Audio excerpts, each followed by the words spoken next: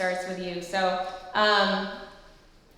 you're an adder or a subtractor, either way, right? You're either adding to the value of the team or you're taking away. You're either helping it grow or it's going backwards. There's no middle ground. That's the slight edge, right? I think most people in this room have probably read that book now.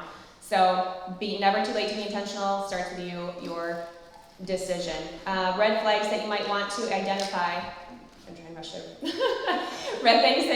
Identifying red flags. Is there something missing? So analyze what is going on in your team. Is there something missing? Empower your leaders to take responsibility, right? So telling them, utilizing their strengths, utilizing their passions, calling it out for them.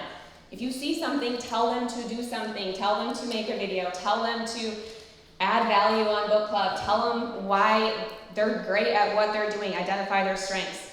If there is conflict, negativity, gossip, jealousy, we talked about that, right? So put an end to that. Lead with your wisdom, not just your emotions, right? So take a second and think for your culture of your team.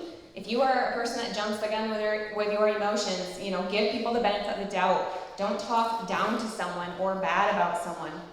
Don't be quick to blow something up. Think before you speak. Not needing to say, I told you so, or I was right.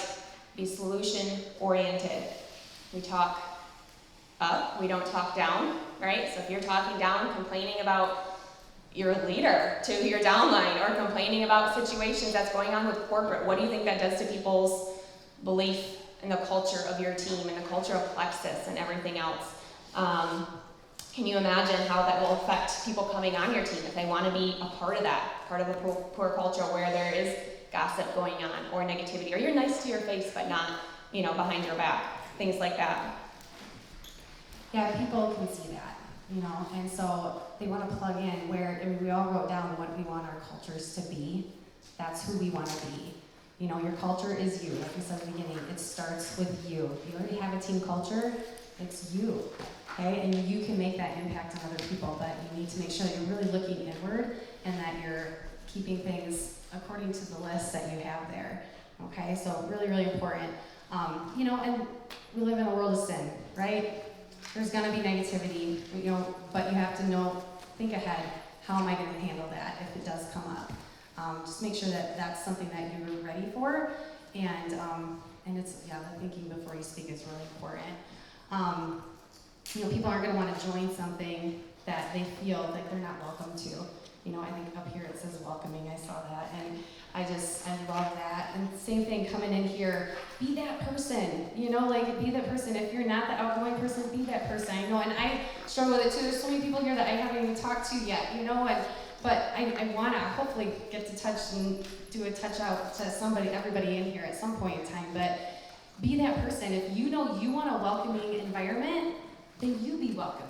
Even if it's hard, on a bus where you don't know anybody, but you need to do it, because that's just going to make you better, and it's going to make it easier, and then people are going to see that, and they're going to feel that. So it's just really important. That's what you're focusing on.